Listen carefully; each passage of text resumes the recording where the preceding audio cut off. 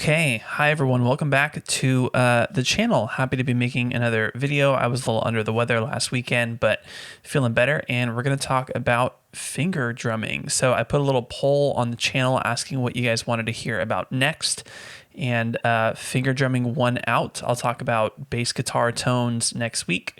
But yeah, so that's what we're doing here today, and we're doing something a little different, kind of exciting. I'm using a DAW. I'm using Pro Tools. So if you look here up on my computer, I have Addictive Drums 2 pulled up and Satala, which is a sample player, both loaded up in Pro Tools, using them as plugins and recording things that way rather than using only hardware. And I do want to say, now that I have Pro Tools up and running, this is a little disclaimer for everyone. I actually work at Avid. I work at Avid on Pro Tools, and that is my day job. It's what I do for a living, 9 to 5. I do these videos over the weekend. This does not have anything to do with my work. I'm not paid to make these videos or anything like that.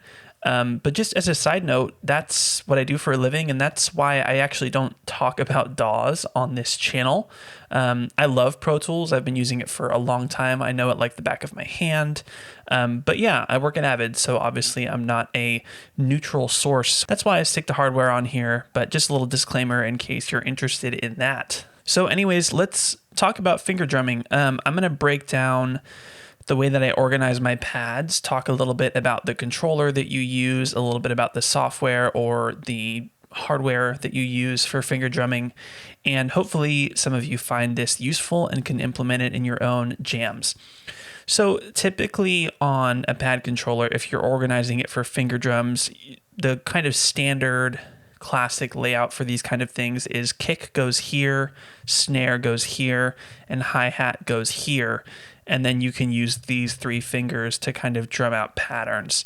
But I did that for a long time using MPCs and other pad controllers, and I found this channel I talked about recently called The Quest for Groove, where he talked about a finger drum layout that kind of arranges your kick, snare, and hats vertically rather than horizontally, so you can play them all with one hand. You can kind of groove with one hand and use your other hand for ghost notes. Again, that channel is awesome. Check it out. He has a really interesting layout that he uses for pad controllers. I don't quite use the same one that he does, but I kind of have a variation of it. So let's talk about it. Like I said, typically kick goes here, snare goes here, and hi-hat goes here.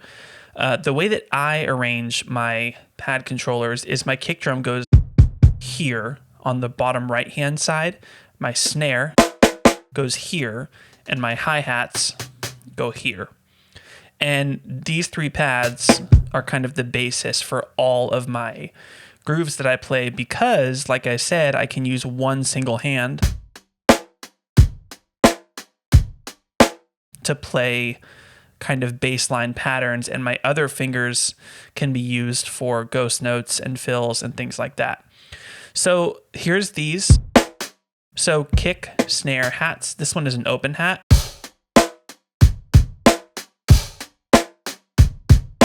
And these four pads kind of live on this hand. That's all it's doing the whole time.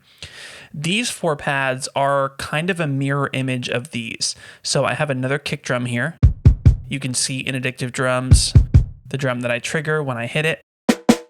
And I have another snare drum here, but this snare drum, I like it to be different than this snare drum. So whether you're using drum software where you can map your pads, or if you're using a sampler, I like to put a rim shot on this pad and a center hit on this pad, or at least like a more calm snare hit. Otherwise, if you have only rim shots, your fills and your ghost notes, that still sounds cool, but everything is a rim shot. I like it better when you have rim shots mixed with just regular snare. I think that's a little more realistic, and I kind of like that. So kick, these are the exact same. This snare drum is a little bit lighter. This is a full-on rim shot. And then I have two hi-hats. Again, the same, no difference there, but I use these for kind of like quicker hi-hat patterns. And then this one up here is a crash. So open hat, crash. And yeah, so that's really the basis of these 8 pads. And then these 4, just 4 toms. And the reason I love putting 4 toms here is because you can just swipe your finger down and do a quick little roll, or you can,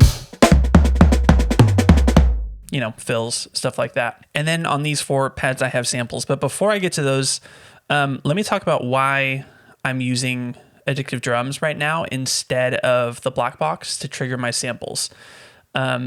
Obviously, you can use samplers to finger drum. That's what most people do most of the time, and it's awesome.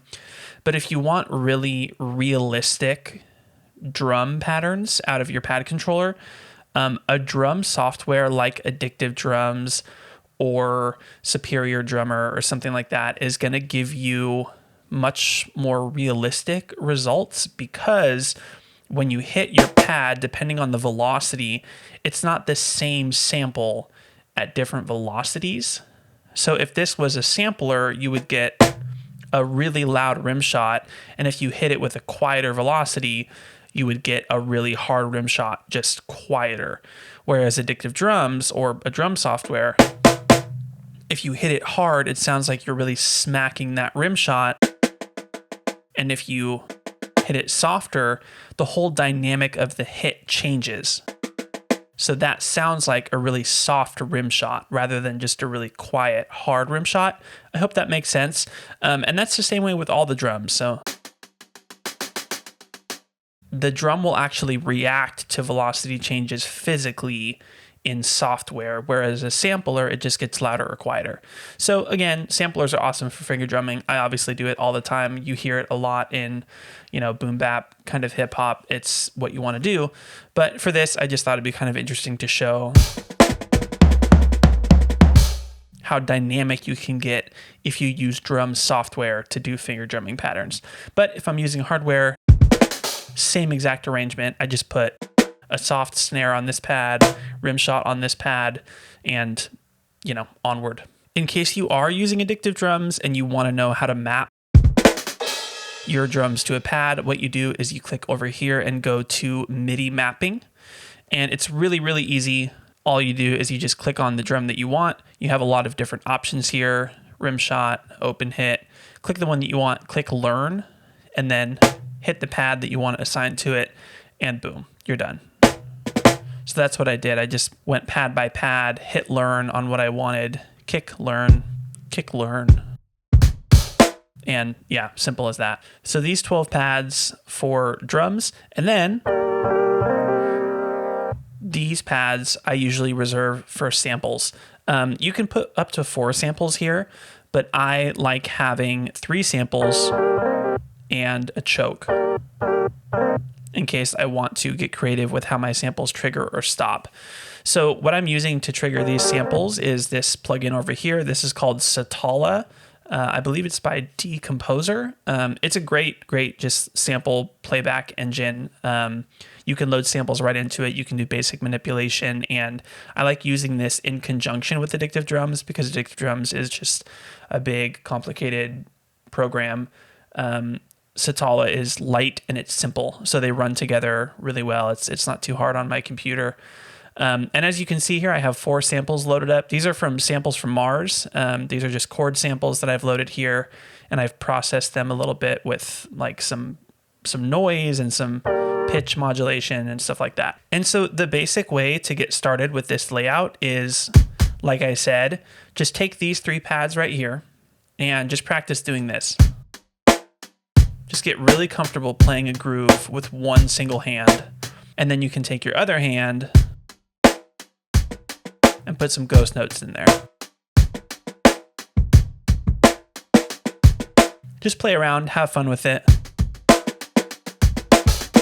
One thing that I did when I was kind of learning how to do this is I found famous grooves like the Funky Drummer and tried to figure out how to play them on a pad controller.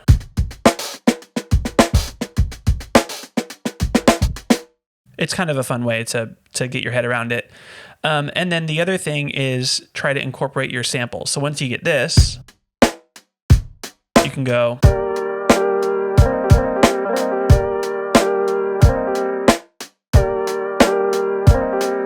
And then once you get really comfortable, you can be triggering samples and your right hand groove and also playing fills and ghost notes.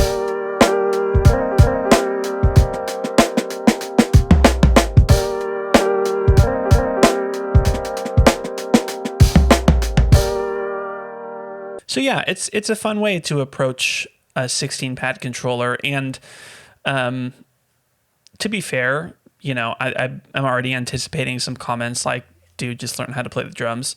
I do know how to play the drums. I love playing the drums. I'm not a great drummer, and I also don't have a kit at my place because it's really small and it's way too loud. But if you're like me and you're just looking for a way to kind of inject more live drum sounding grooves into your beats, get a pad controller.